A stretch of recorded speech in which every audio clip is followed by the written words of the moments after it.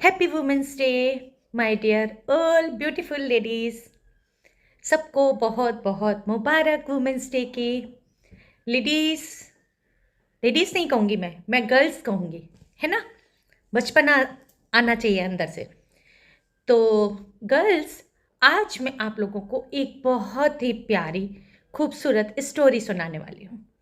मैं उम्मीद करती हूँ आप इस स्टोरी को सुनकर ज़रूर मोटिवेट होंगे और इस स्टोरी को सुनने के बाद आप अपनी लाइफ में एक ज़बरदस्त वाला चेंज करेंगे और करने की कोशिश भी करेंगे, है ना।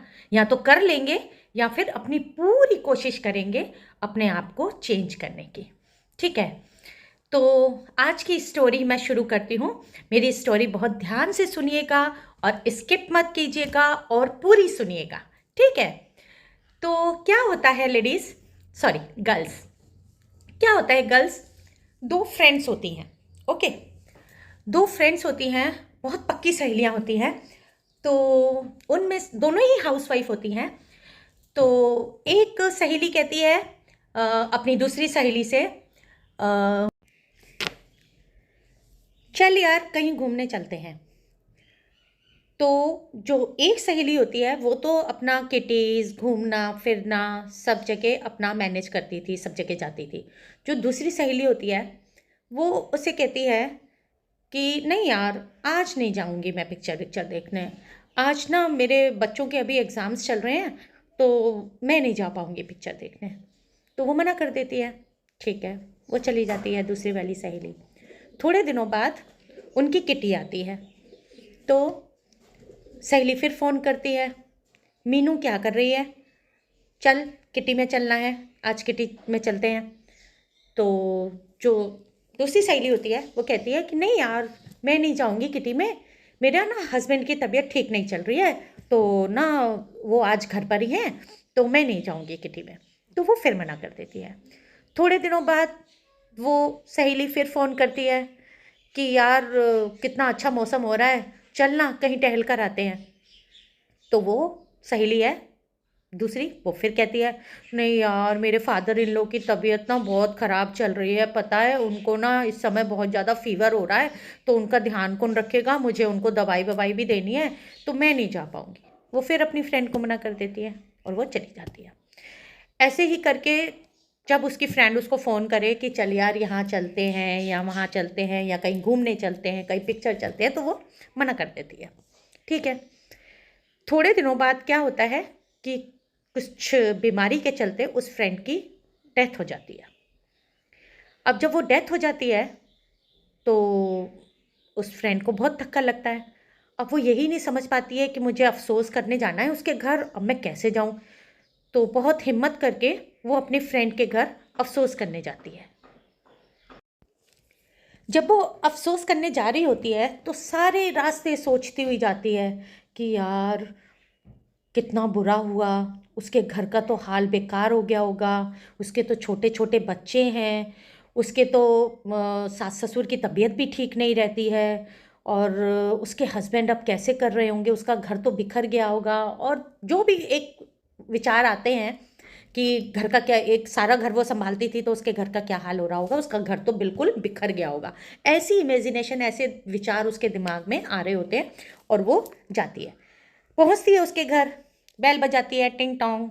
उसके पति देव दरवाज़ा खोलते हैं और वो जाके बैठती है और अफसोस करती है, बहुत मुझे पता लगा मीनू के साथ ऐसा हो गया और मीनू नहीं रही, आपका तो बहुत बुरा हाल हो रहा होगा भैया।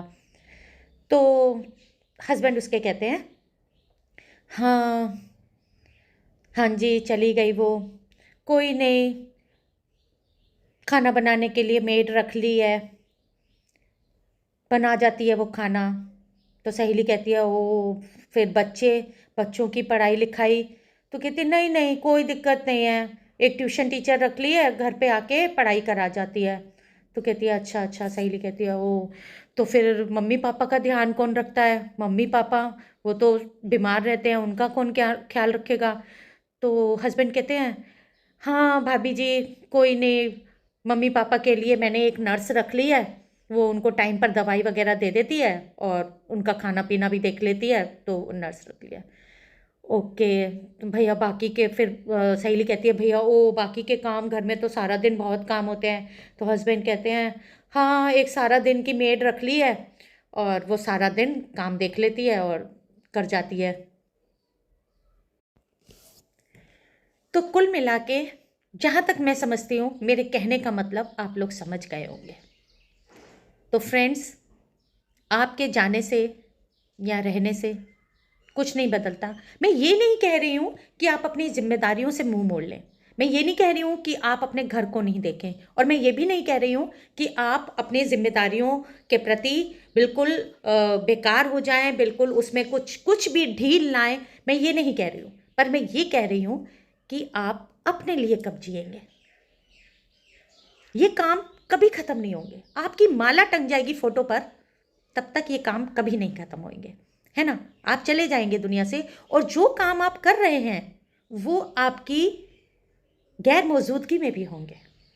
और जब आप नहीं रहेंगे तब आपके बच्चे भी पढ़ेंगे, खाना भी खाएंगे, घर वैसे ही चलेगा जैसे चलता है, ठीक है। पर थोड़ा ध्यान अपनी तरफ। तो जो आप करना चाहते हैं, जो भी आपको जिस चीज़ का भी शौक है, कुकिंग का शौक है, डांस का शौक है, गाने का शौक है, खिलखिलाने का शौक है, तो जो भी शौक है आपका, मैं ये नहीं कह रही कि उस शौक के पीछे लग जाएं, सारा दिन वही करते रहें, पर 10 मिनट अपने लिए भी निकालें।